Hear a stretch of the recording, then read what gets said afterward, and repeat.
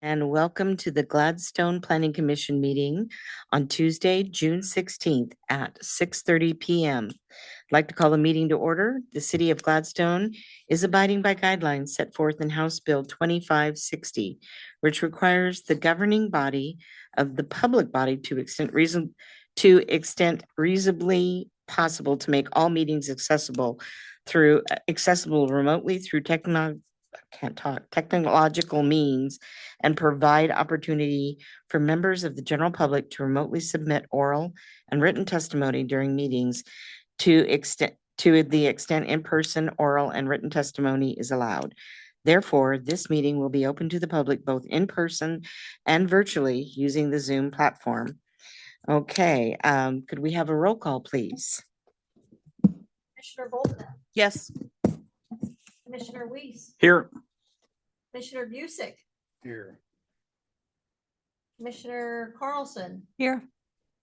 Commissioner Graw, Here. Commissioner Brennan, Here. Chair Smith. Present. Flag salute, please.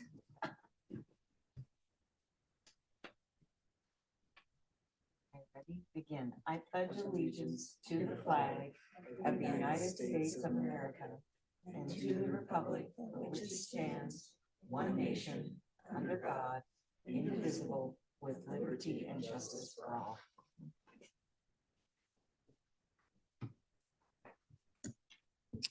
Consent agenda. All items listed below are considered to be routine and will be enacted by one motion. There will be no separate discussion of these items unless a commission member or person in the audience requests specific items be removed from the consent agenda for discussion prior to the time the commission votes on the motion to adopt the consent agenda. Tonight's agenda, number 1, approval of May 19th, 2026 regular meeting minutes. Item number 2, monthly planning report, May 2026. And then item 3 is a work session discussion of food carts, individual and pods, policy code updates, policies and development code updates to address individual and pod food cart developments in the city. And then business from the public and then from the planning commission. Okay, item number 1, please. Would anyone like to make a motion to approve the meeting minutes for the May 19th meeting? I make a motion to approve the meeting minutes. I'll second that. Okay, the motion was made by Commissioner Carlson and seconded by Commissioner Busick. Roll call vote, please. Commissioner Brennan, Yes. Commissioner Graw, Yes. Commissioner Carlson, Yes. Commissioner Busick, Yes. Commissioner Weiss, Yes. Commissioner Volbada, Yes. Chair Smith. Yes, meeting minutes approved. Item number 2, our monthly planning report. Staff. Thank you, Chair Smith. The planning report is in your packet. There was a notable decision made on the land partition request between Cornell Place and Caldwell. We did approve that, but the access to Cornell Place does not meet the city's standards or the fire department's standards for providing access to additional lots through there. It's required to be 20 feet paved with a curb that's marked red for no parking for the fire department. In addition, we do require separate pedestrian access to be associated with the driveway entrance. So we did approve it, saying that they could take all of the access out of Caldwell Place and reconfigure to be able to do that, which I think they do have the ability to do because they were showing some easements in the property to be able to make those connections. So I spoke with the applicant. We entered our 15-day appeal period.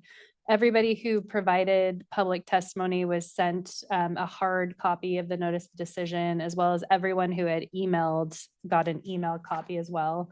The applicant wanted to consider her options about possibly appealing. She understood that there wasn't a lot of case to be made for the access to Cornell Place, but she was interested in possibly appealing the requirement to put a street light on Caldwell.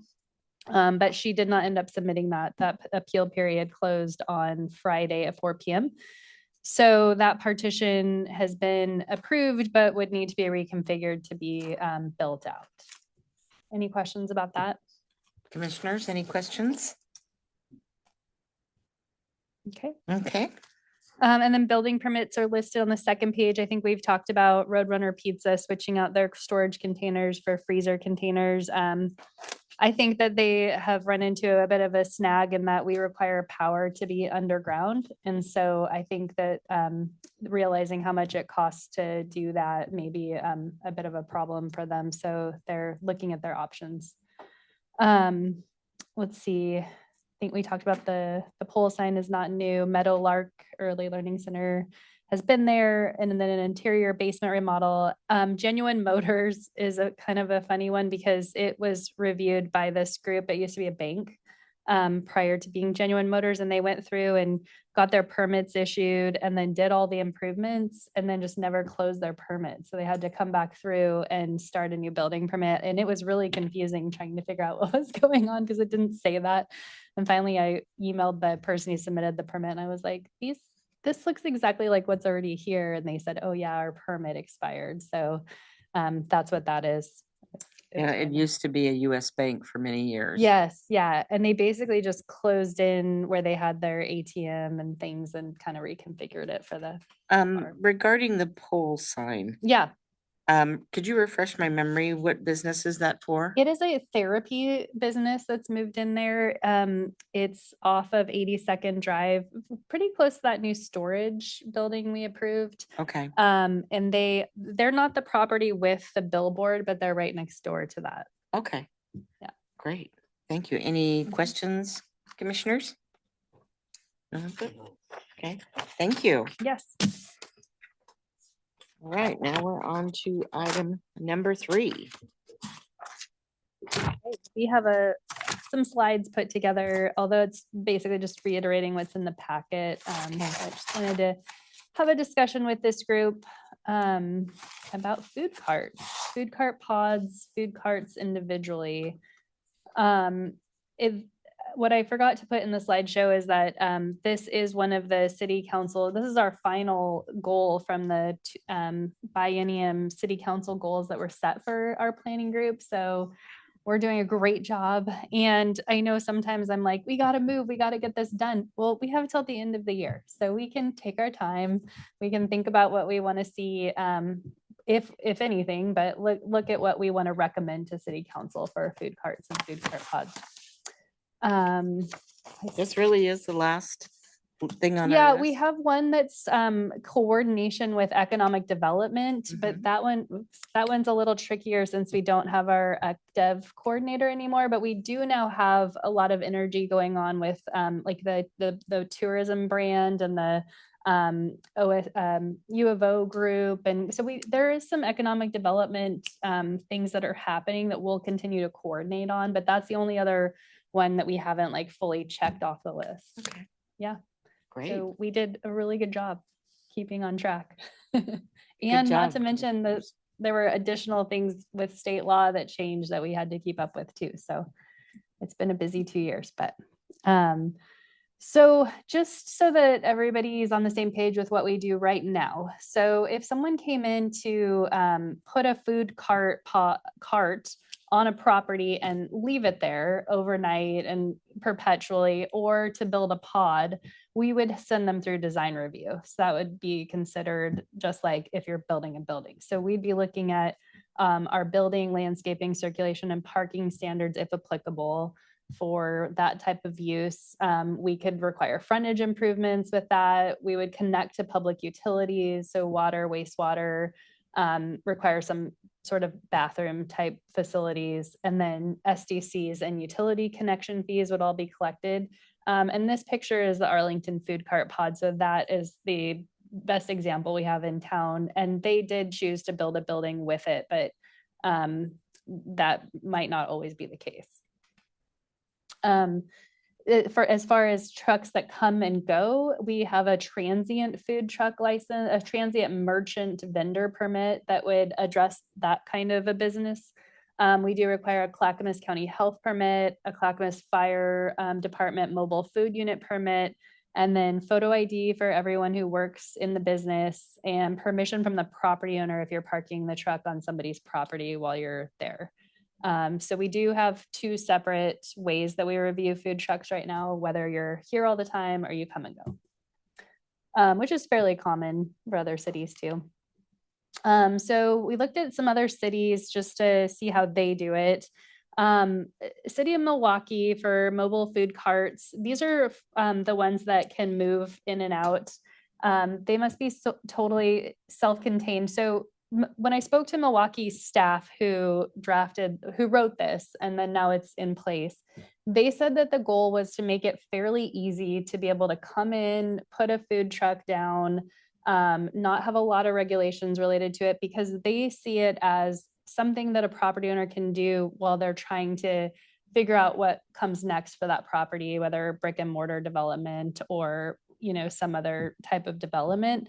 So they wanted to just have some rules that were like, these things can be moved off pretty easily. They can be on, but they wanted to make sure they were meeting some rules. So they still have wheels attached to them.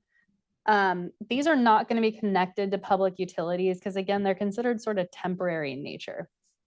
They must meet eating establishment definition and be located on property that's zoned appropriately. So they don't want you plunking one in the middle of like a apartment parking lot that's residential, because that's not zoned for a restaurant type use. They said if you're parking it in a parking lot, but the parking lot was required to be a number of spaces, you do lose that space if you're required to have a certain number of spaces. So basically be sure you have enough parking. In Gladstone, with the CFAC rules, most of our commercial and industrial zones would be already not required to have a minimum number of parking spaces. It's probably less of a concern. And these standards predated CFAC standards because Milwaukee's in the same place as we are. Let's see. Carts with wheels are considered vehicles, not structures. So that's how they make a clear distinction that if the wheels are on it, it's not required to meet the design review standards. And then carts without wheels, those are. So that's where they draw the line. Do you have wheels or do you not? And then they require their design standards to be. So I guess they're saying if you take it off its wheels and you're putting it down in a more permanent way, they want more permanent improvements with the lot. And then interestingly in Milwaukee too, the food cart pod that's down by the light rail is owned by the city. So the city decided to do a little incubator space to allow people to start their businesses and see if they can grow them. So I thought that was kind of cool that not only did they make sort of regulations that make it somewhat easy to place a food cart on your property in the interim, but they also are supporting this type of use. They still charge for the space as a commercial space as Arlington Food Cart Pod would and things, but they provide the amenities and things and have a good location that's located next to transit. Let's see, for Gresham, that I have the most information about Milwaukee. I didn't have a chance to speak to anyone else in the other cities, so I'm just going off what they had on their website. But in Gresham, it's pretty simple, 2 types of permits. The first is for an individual cart, the second is for a pod. They too had regulations about having to have convenient pedestrian access and restroom facilities. Things of that nature, but they do make it pretty simple to obtain a permit. In every city that I reviewed, it's a staff level decision, whether you're doing a pod or you're doing a single cart. There weren't any that were coming to their planning commission. So something to keep in mind that it does make it quicker, but if we want to go that route, we just want to put the regulations in place that are what you'd like to see if something comes through. And the pods don't have wheels? Right. So in most Okay. cities, the pods could be considered, I mean, it just depends. Some of them do keep their wheels on. Like I think even at Arlington, those are pretty permanently rented out, but they're still on wheels. Okay. I don't think there's a requirement that you remove the wheels. So what's the definition to make them different as opposed to pods and carts? Pod is a grouping Okay, of these, so more than one. okay, And Got it. usually once you get to a pod, if you're going to put more than one, then you, most of the cities were looking to then require some amenities, a place to sit and eat, a restroom facility, things like that. Parking if it's required in that underlying zone. okay. Thank you.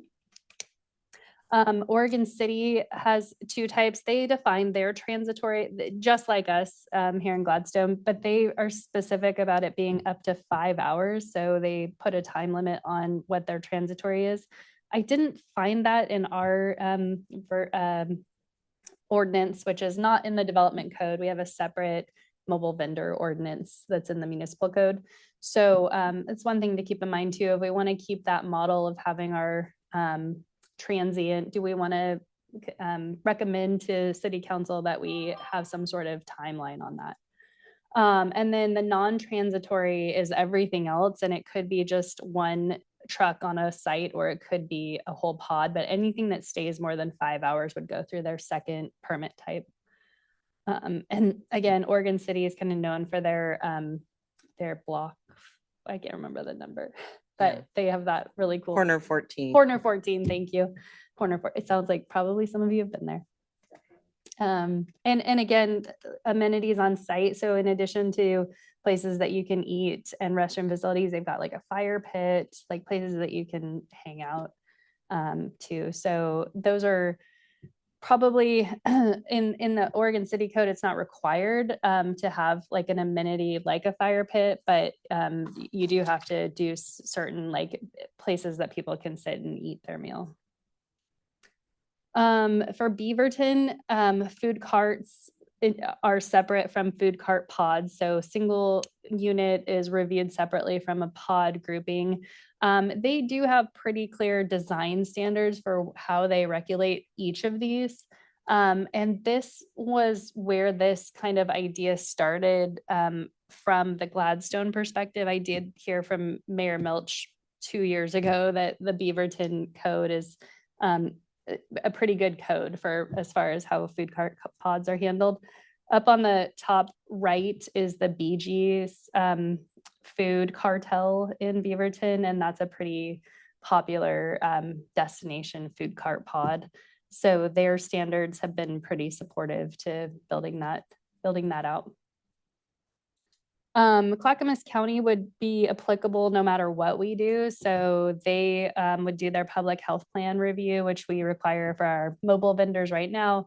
But they have a really clear checklist, and the left is the beginning of a video that they help people who want to start a mobile food cart or a food unit get started. This checklist you can't read from here, but one of the items is checking with the local city jurisdiction to make sure that you know all their standards. So if someone did want to come operate in town, and a few people have contacted us, they would start the conversation, what do I need to do? Where can I be located? And right now it's really, if you're not coming in and out on a daily basis and you want to stay and be located, it really does require a design review that would come before this body. Unless now we have the up to 250 square feet that's not visible from a public street. So if you were serving some big private industry or something and didn't need visibility, but that's not typically how a food cart pod works. I think that anybody who would come here. And I think our standards are pretty heavy to that respect, because we'd be comparing them to any other building like the Wong's building that we just had built, looking at landscaping, parking if applicable, pedestrian connectivity, design standards, all those things. So the discussion questions that are in your packet, and we can really take these in any order, but like, where have you seen or patroned a food cart or a food cart pod that you really liked? What do we think of as the city's goals for food cart pods? Are we more like Milwaukee, where we want to give people an opportunity to kind of start up a business, or are we more interested in like really building the vitality and design of our built environment, especially like Portland Avenue? Do we want to have different rules for Portland Avenue versus McLaughlin? How do we balance how much design we get with how much it costs the business owner to do the work? And then should our regulations be different if it's one cart or if it's more than one cart? Should it be different if there's a building on the site? So Arlington Tap House pod, is there anything you would change to that or would like to see different? Or do you think it's over designed for what should be required for that type of use? And would it be different if they didn't have a building? And then how should carts be reviewed? So should there be staff level review like there is in other cities? And then before we start discussing, I just wanted to show these two examples. So on the left is El Jefe, and that's on McLaughlin. They have not received approval to be there. So we are actually in a code enforcement situation with them to talk about how we can either bring them into compliance or not have them operate there, which is unfortunate. But they didn't come to the city to ask for how to do this, and they ended up getting their public health permit without the county checking in with us too. So fell into a bit of a, So they are like qualified with. they Clackamas County? are, Okay. they do have a food permit, Okay. but they, and they are actually connected to the city's utilities oddly, and none of us have any knowledge of that. So we're in a bit of I a wondered bit of about a that. pickle with that one. Yeah. But it does have covered seating, which is nice. It has some amenities. So just want to put that out there. And then the as you know, the Arlington Food Cart Pod, we did a design review here. We've, you know, had them do a couple things different than what they were originally proposing to meet our code. They were ready to open last May about this, or June, and they hadn't installed all their landscaping. So I had them install their landscaping before they could start doing business. It was, but they were good natured about it, but it was definitely kind of a rush and a pressure on them to do that. So anyway, those are the two local options that kind of are two different sides of what we have right now. So going back, I really want to just have you all have the discussion so that I get some direction, and maybe, you know, one of the important things is like, where else should I be looking, or what other cities or food cart pods are what you'd like to see here, so that I can put together some materials. I think, you know, I guess a basic question is, do you see this being like a new part of the code? Do you see this being like a subchapter of one of our design standards, having some sort of new elements, or what do you envision? What I might suggest, because you have really good questions, go down your list and ask us, and then we'll all get a consensus of where we're, Okay, great. I mean, like with what, because you went through them Yeah. quite quick, but let's do them one by one so we Sure. don't miss anything. By the way, I personally have been to the Arlington Tap House several times. The food vendors that are there are great. Mhm. It's always clean. I think considering that was not a large lot, it turned out surprisingly well. It Yeah. really did. And then we also know we're gonna have some food carts where the old library is, because that's Right. gonna be a tap house. Mhm.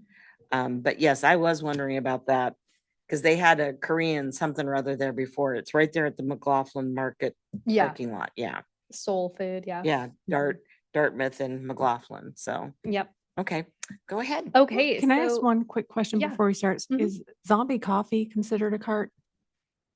That's a good question. that is a good question. That would be a transient cart, right? It doesn't move though, does it? It doesn't move. Stays- Yeah. This was just as I was like picturing. I was Yeah, like, oh, so that's- it was reviewed as a permanent structure. I'd have to go back and find. I feel like Okay. it was too. I think I've Yeah. seen those plans before. There's I also a think it coffee had- one where in the McLaughlin Market too. Correct. I'm 90% sure that zombie coffee was like a design review approval, Was it? because before it was something else. Was it a bikini one or something? And No, that was up on Dartmouth. that was a and, different one. McLaughlin, Okay. Yeah. Somebody, when I first was working in Gladstone, they were wanting to switch it over. Maybe it was that one. And so we looked at the past permits and said, yep, it's approved. You can, and it had gone dark for a little bit, you know, and so we have our rules about pre-existing non-conforming, where there's a certain amount of time you can reinstitute that use before you have to come into conformity. But I thought it was that building that was. I think it was another coffee cart. Another coffee cart, Yeah, yeah. So that could be that it was somebody else had it and then they Okay. reinstituted. And also, and I don't think this is applicable because it's only for a certain period of time in Max Patterson Park during the cultural festival, they have food carts that Yeah. provide. Yeah. So Yeah. those would get our transient mobile vendor. But if a new coffee cart were to come into town, it would need to meet whatever we come up with. It would Okay. be a food truck for our purposes. Okay. I think the county and all these other jurisdictions, food or beverage cart are both Okay. covered here. So what are the best examples that you all can think of when you think of like a well done, either just an individual cart or a pod that you really like? I personally love the new Milwaukee one Yeah. right downtown. One you might want to look at is the one out in Troutdale. I've been there numerous times and they have it's a lot of food carts. And the inside building is beautiful. There's an inside building too. Yeah. Same with Coretta. I was just Oh, gonna say yeah. that. Yep, Mhm. yep. They've got a really great location, lots of carts and really great indoor space as well. Yeah. I feel like that's kind of when I think of a really good pod, they all have permanent structures because there's one 'Cause we have bad downtown. weather here. No, for sure. There's one that Asylum on Yeah, Southeast Hawthorne Hawthorne that Great one. it always feels chaotic. There's really no like permanent structure. And then corner 14, that's always a win. Yep. Woodstock is, if you go into the The main Heist. part of town, Uh-huh. they have more than a dozen carts and a building to eat Yeah. your meal in. It's called the Heist on I believe so. 43rd and I don't Woodstock. recall what the street is, but that's a really good example of a good cart or pod system. Okay. I'm hearing most of these have like a building associated with them. Yeah. So that seems to be something that we'd prefer I think for a pod, certainly. for a pod. Okay. Nice restrooms, very clean. The one out in Troutdale, most of the main courses are outside with covered awnings. But inside is where you can get mostly the desserts or a small snack or an ice cream cone while you're sitting at all the tables that are provided. So like weather protection too. That's what I was gonna Uh-huh. say too. I don't necessarily think there needs to be a building, but like Mhm. the one by the light rail, the Milwaukee one by Uh-huh. the light rail Yeah. has a lot of seating and Mhm. they ended up covering it, I think. Yeah. I think so too. So yeah, definitely. And maybe the covered lighting, I space. know a lot of them use like the string lights in the Yeah. winter and things like that. So weather protection, seating, lighting. Restroom. Mhm. Yeah, it was like Bee Gees, the one in Beaverton. Yeah, they've got their setup is huge. It's very frequently gone to by Nike people, and it's just like the aesthetic is really great with the Mhm. lighting and everything. Okay. I've got a couple questions about, when you started, you were mentioning SDCs, Uh-huh. systems development. Right. As a retired builder, I used to pay for those Uh-huh. building houses and they were very expensive. So I guess I could be sympathetic to a pod, a permanent pod paying SDCs, but the overnight and the monthly, you're saying doesn't pay anything. What are the fees and are the fees going to Clackamas County or Gladstone?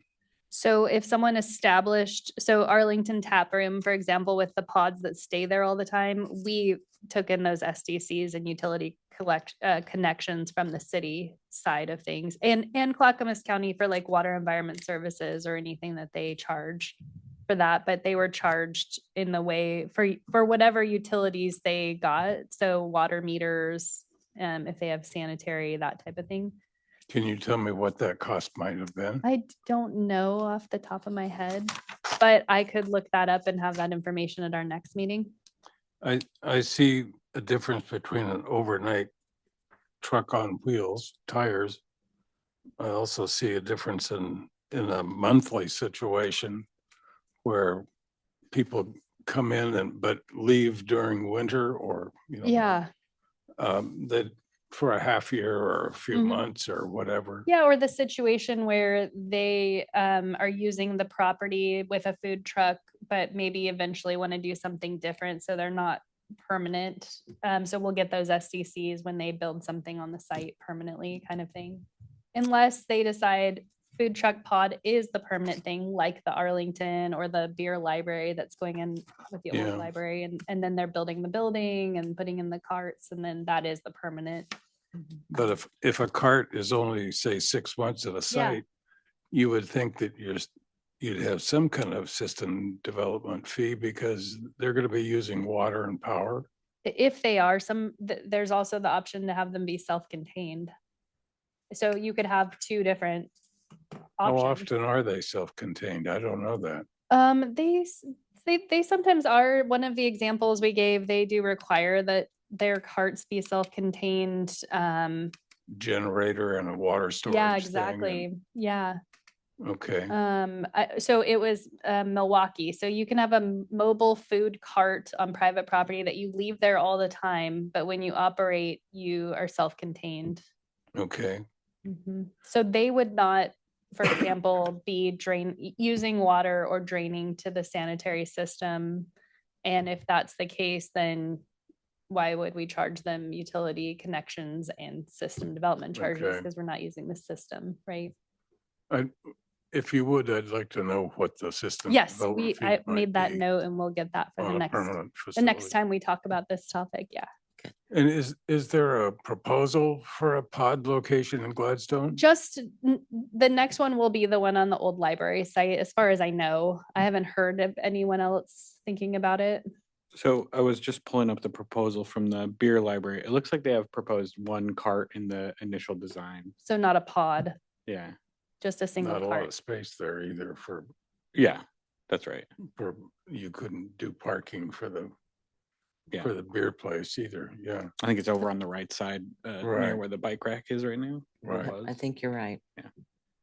okay. So maybe not As I even- remember, it was one, but possibly two. So we're already talking generalities here. We're talking Yeah. total generalities. Mm. Yeah. Okay, Would a We- lot of these properties already have utility connections too, probably? That's true. Yep. If you're coming onto a site that maybe already has a building on it or had one in the past, there may be a connection there that you could use, in which case you are credited those SDCs if they've been paid in current. If the city has record of you having paid SDCs or someone on that property, they do live with the property. If the property was developed in 1942 and then it's been vacant and now it's starting up again, we would charge SDCs. Don't have record of that. Well, I did ask my wife on the way in today, any of her common themes from food cart pods, and she said hard flushable toilets. So not porta potties. None. Right. None. Okay. Because we have such a mix of commercial and residential together, no matter how many times you service those things, there can be Mhm. bad odors. Yep. And that wouldn't be fair to residents. Or the customers, they wouldn't want to go because there's the smell. Yeah. But no, I agree with that too. What about the rest of you? I agree with it. I kind of, but like, and I'm going towards the last question where like, when I think about the Milwaukee pod by the train, Mhm. it started out rough. Like there were just it was a gravel lot. There was Yeah, carts. And then a couple months later, and that was part of it where I think they had more money. So then they started adding things.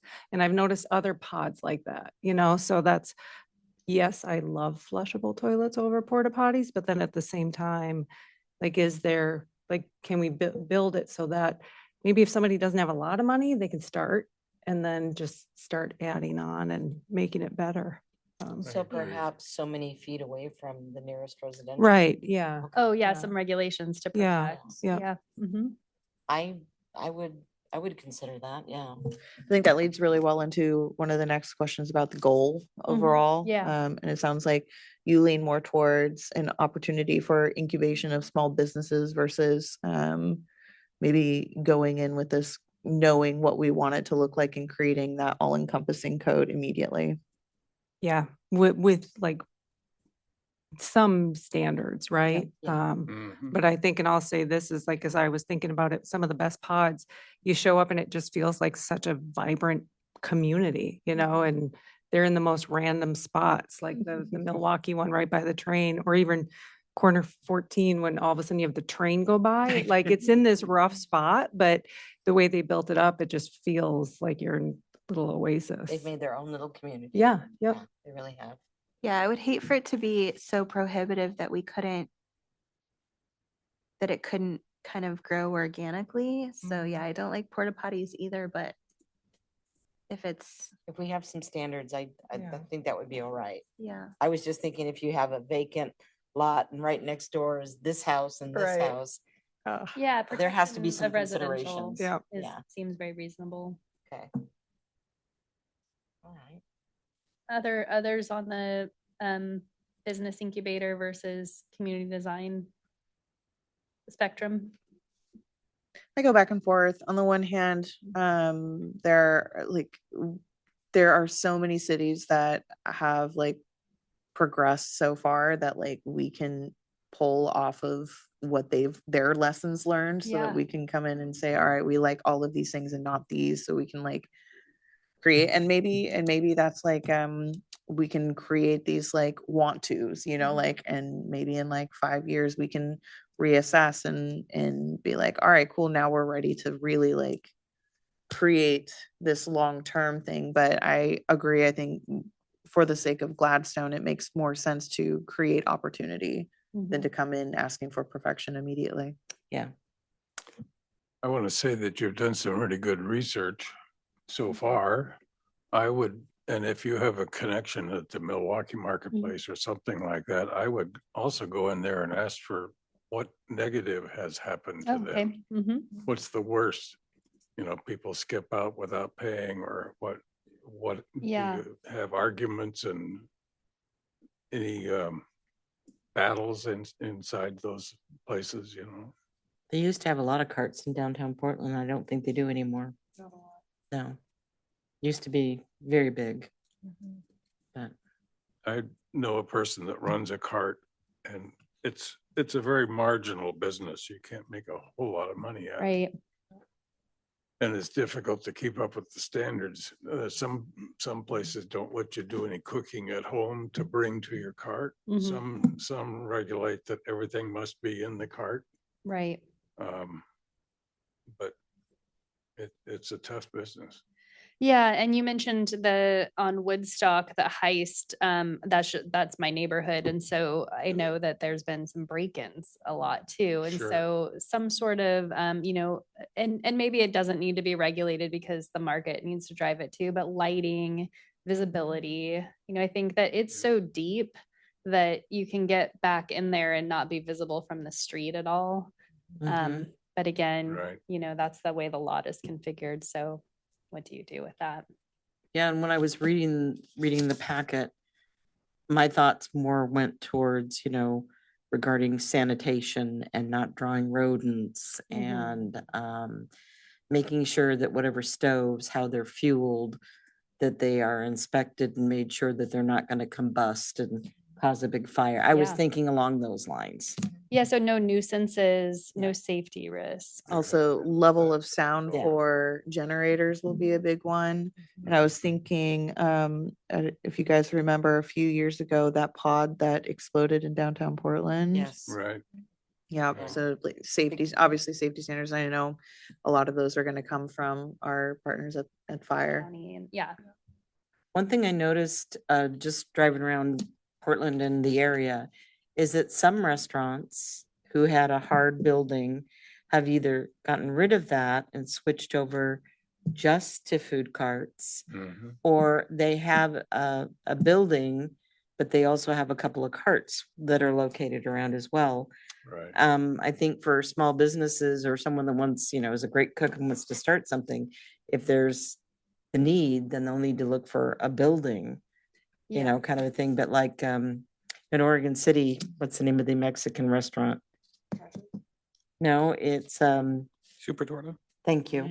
They have two carts. One's in Oak Grove, and I'm trying to remember where the other one is, but they still have their restaurant there. So up there Yeah, on- PDX Sliders in Selwood, and in Division, they started as a cart. Yeah. yeah. So I think it is a good business opportunity for someone who's maybe a great chef. Mhm. But no, I mostly thought about the operational part of it in the sense of codes that will keep the cart safe as well as the people that are nearby. So, Okay. I would Yeah. like to just go back for a second to the, overburdensome code versus creating opportunity. There's potentially some room for food on the 205 side, but like downtown Gladstone is pretty saturated right now. Mhm. And I don't know that we've reached the point that corner 14's at. They've got a bunch of parking, they've got very good vibes. And so like people come in from the surrounding communities to that area.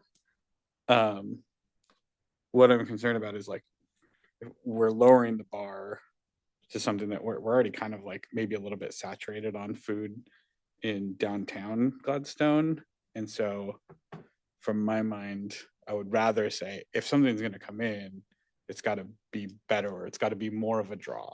It's got to have the things that we want to see, and whether that's covering A or great look. bathrooms or whatever. a great location is vacant right now. That's across the street from the Clackamas River Plaza.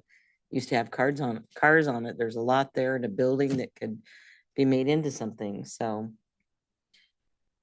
I could see that being a good location because it's right by the walking bridge, to go across into Oregon City, that kind of a thing. But yeah, you make a valid point. We are pretty, unless there's somebody that wants to sell a building and someone wants to take it down, they're, on Portland Avenue, we're kind of getting tight.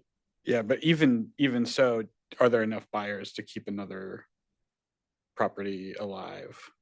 I hear what you're Enough, saying. without drawing people in. Okay. Okay.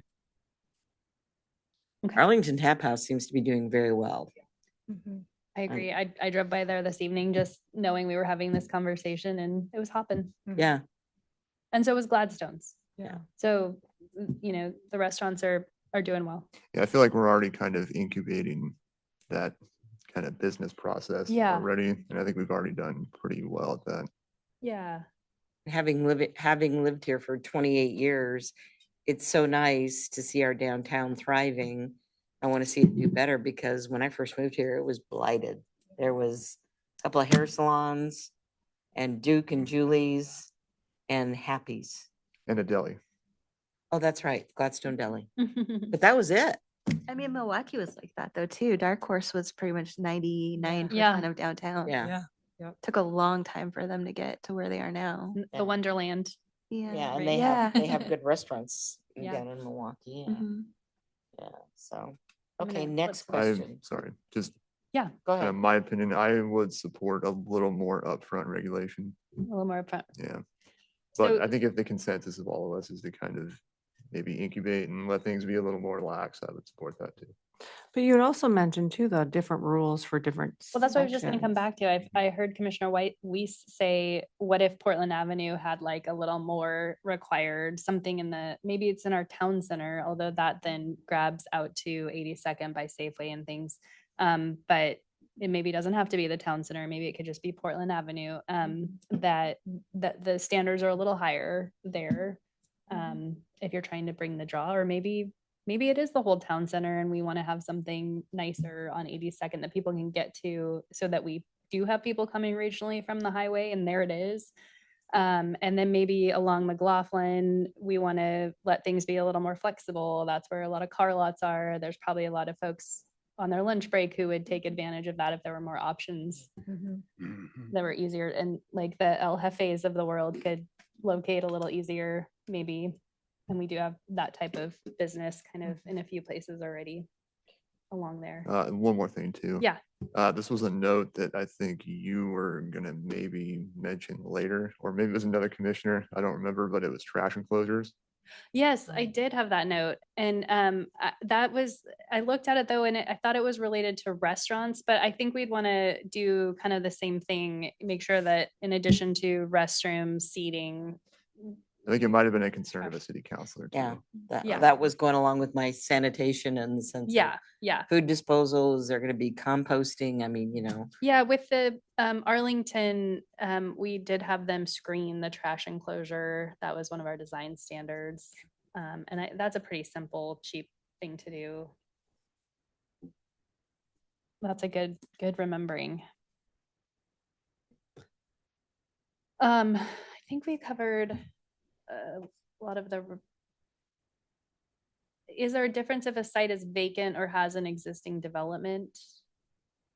If it's vacant and the cart comes in, a single cart, what I think I'm kind of hearing is it depends a little bit where it's located. If it's a single cart somewhere on McLaughlin, well, we don't really have any vacant lots, so that doesn't really, it would be more something that a business is already there that maybe you could come in and get started with your business. And maybe that's something more similar to the Milwaukee rules where you're still a cart and you're sort of temporary. You can stay there overnight, but we see you as building your business and then someday hopefully growing out of that space. But Milwaukee has some other rules about that. So vacant properties maybe are less of a concern. I'm not sure where I was thinking vacant properties would be a big issue. This was, it may be similar though too, because it's like, and I noticed that they have like kind of the hour standards, you Mhm. know, 5 hours is Yeah. it's transient. Goes way back, but I remember there was a point in Portland where when there were a lot of food carts, there was like food carts that had wheels that were considered temporary, but they started to build things onto it. Yeah. And I remember it being kind of an issue. Did you see anything like any call outs for that? Like if you have wheels and you're considered temporary, you can't build a porch, you know? I mean, just type the of- language that you must remain mobile. Yeah. So I think that a code enforcement officer could come along and be like, hey, you just attached a standing porch to the front of that food cart. You're no longer mobile. And then they might have the opportunity to be like, oh no, I can back it right up to this. It's completely detached, you know, Okay. or something. But then it's like, well, we have rules about that structure you just built then, you know? So Right. I think that we probably want to be cautious about being clear about that. It stays mobile, nothing gets attached to it. Yep. Right. Yeah, I like that. We talked about the Arlington Tap House. It sounds like everybody feels like it was really well done for the size that they had to work with. And that is the thing in Gladstone. We do have a lot of smaller lots with businesses on them. And then we have McLaughlin where people have lots of space. Yeah, I thought the Arlington Tap House turned out way better than I could have possibly anticipated. They did a Same. good job. It was really, it's very clear that it was well thought out. Yeah. You just walk in and the building looks really good and you know, I mean, we know that they took their time, right? Yeah. But it's very apparent. Whereas like not to be a total naysayer, I really love 1864 or whatever the new one is in Milwaukee, but it's clear that it was done really fast. Just sitting down and like Mhm. looking at a lot of miscellaneous things that are like, that's an afterthought. Yeah. Mhm. And like lots of random empty conduits that lead to nowhere. Yeah. Mhm. Yeah, or the empty sink in the middle of, yep. Yep. Plumbing that goes up and around. Yeah. Wow. I'll have to Mhm. check it out. I haven't been yet. It's a fun game that me and my engineer husband like to play when we go somewhere. But how do you feel about the frame? Amazing, right? Totally. Yeah. Totally. Yeah. Great. Like, that was so well done with building in the Mhm. infrastructure of the firehouse. Really cool. And what you mentioned is important. I don't know how we would word it or set it up, that even though there might be a smaller thing and they have a porta potty temporarily or whatever, it still needs to look nice. Yeah.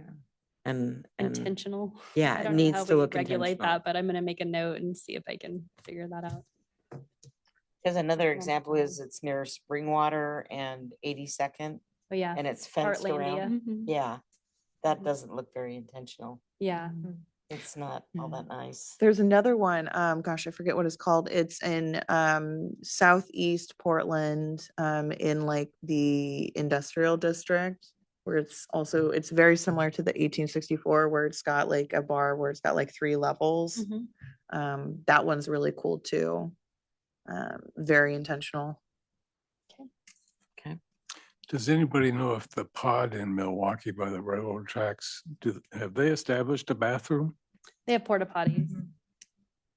But they're They not do. right next to any houses though. No, they're next to the train. The train tracks, Yeah. okay. Oh, Yeah. okay, I didn't think so. Yeah.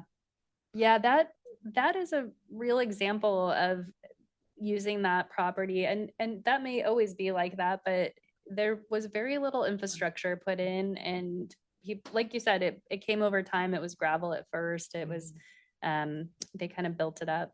There's now But it always looked nice, tables and didn't it? umbrellas. Yeah. Yeah, It, I mean, it looked like carts. yeah. But I mean, what else Carts are you and a gonna put lot. on a triangle site? Yeah, Tiny yeah. little by the train. It's It's a I don't good know what else you location. I would mean, put people are there. coming and going from Yeah. there all the time. It was a smart idea.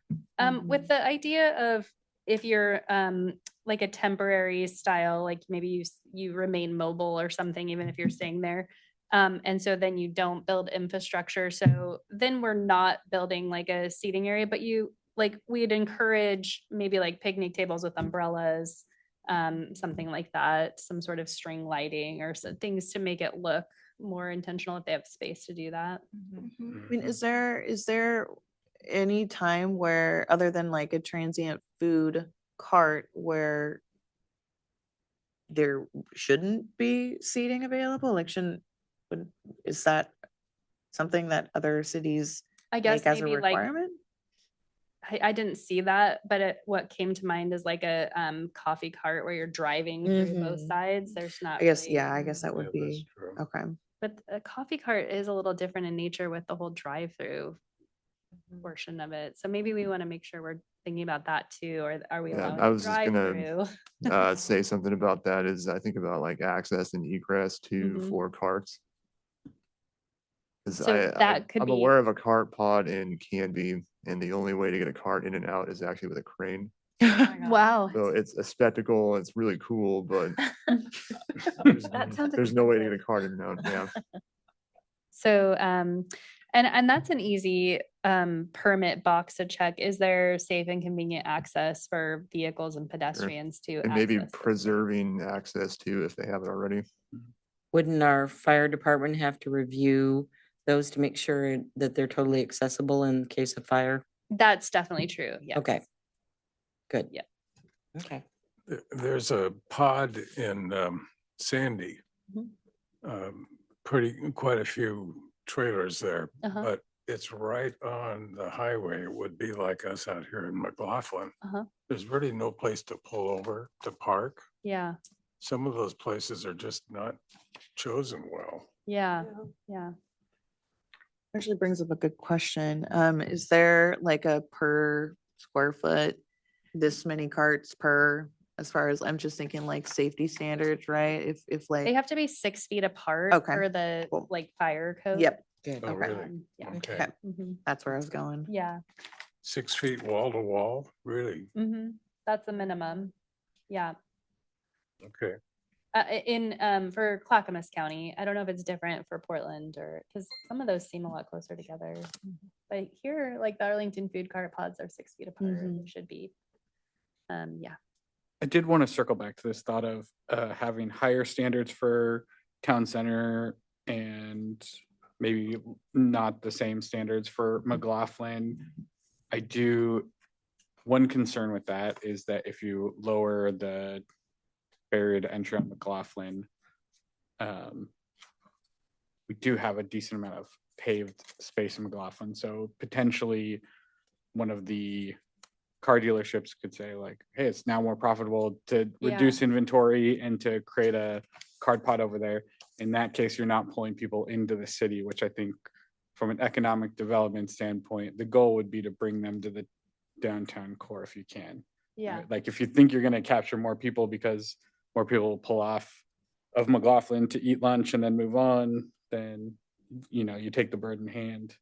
But ideally, that those same people, if the carts are available in the downtown core, spend some time in Gladstone. So then the preference would be, is that specific to a pod? Would a single cart still be an okay, like lower barrier to entry along McLaughlin? But if we're looking at a pod, we'd want to see our standards being met. I think that would be a good Certainly. distinction. Okay. Yeah. Yeah. Yeah, I like that idea as well. Cause I know, like, I use McLaughlin a lot. And there's one place, It's a gentleman's club, but they have 2 food carts in their parking lot.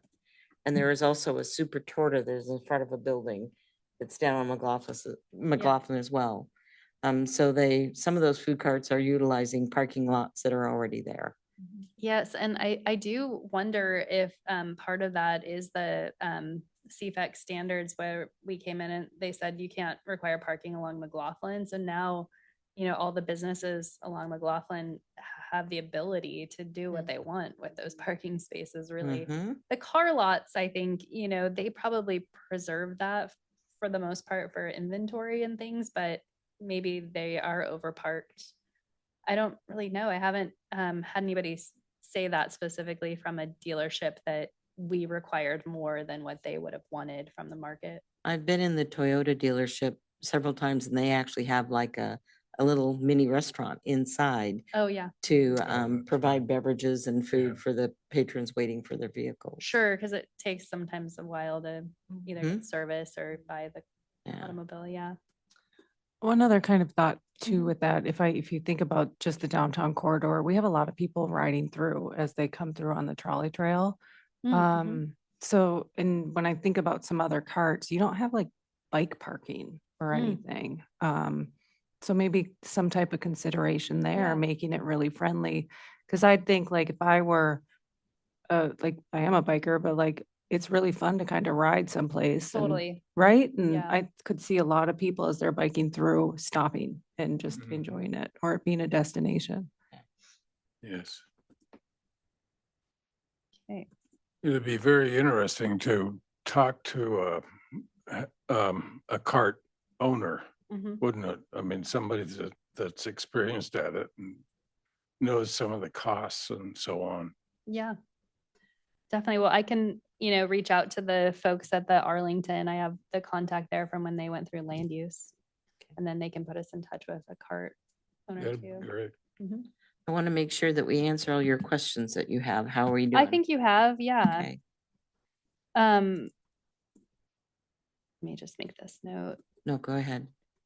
Because you had several questions. I just want to make sure we Yeah, didn't miss I any think of them. we so. answered all of them. The next thing was, I don't have anything listed here for next steps, but I think, continuing this discussion makes sense. We've got some information to bring back. Maybe we can hone some thoughts a little bit about what our different tiers would be, our transient, our single cart, and our pod.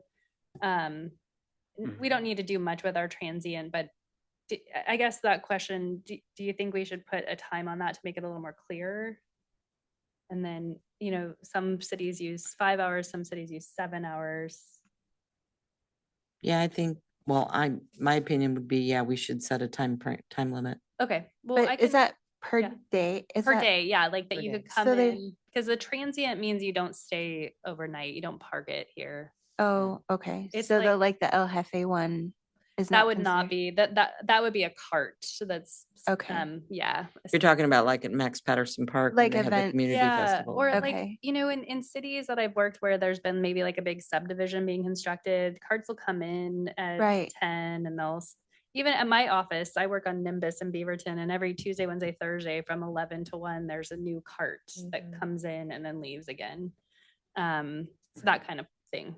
Okay. Yeah. Gotcha. And we're not really having a lot of issues, I don't think, with those types of businesses. So maybe we don't need to be specific about that. And we can keep that under, I think it's chapter 5 something of the municipal code. I'll provide that for the next meeting too, so you can see what we currently do with transient. Yeah, that would be good to believe know. 'Cause like, currently it's just no overnight parking is allowed. Mhm. yeah, but the basically. food carts at the park for the festival, they're there for 2 days. Well, they get a They permit. get- Yeah. Yeah, a special That's a permit special to be event there for an permit. event. They're considered part of the event. Okay. Yeah, Okay. and I think we want to keep doing that. Yeah. We Okay. don't Is there wanna- anything else you'd like to ask us? No, I will say that we are not going to meet next month. I'm taking a lengthy vacation this summer for the Okay. first time in a long time. For this, I'm going to be gone almost 3 weeks, which is crazy, but I'll be back in August, so we can Okay. pick this conversation back up. That sounds great. Yes.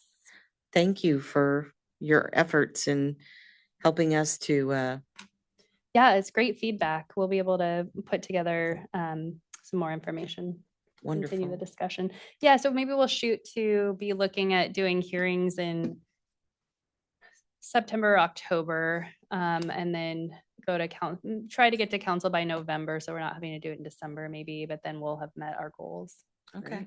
Yeah. Great. And Thank you it's very much. Not too early to start thinking about what we would propose to be on the work agenda. Yes, we'll have the work session about that. Tammy said we kind of start kicking that around in August. So maybe that conversation in August as well, or have staff bring some things to you and then have the conversation in September. See, yeah.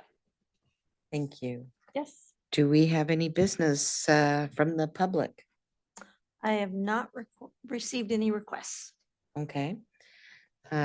Commissioner Volbada. No news from me? Okay, Commissioner Weiss, Nothing here. Thank you. Commissioner Busick, I'm fine.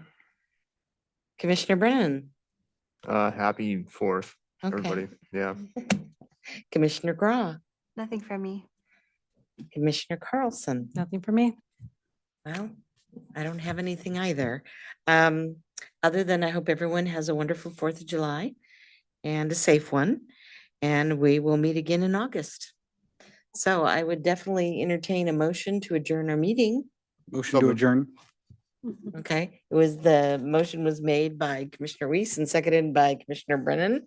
Roll call vote, please, Tammy. Commissioner Volbada, Yes. Commissioner Weiss. Yes.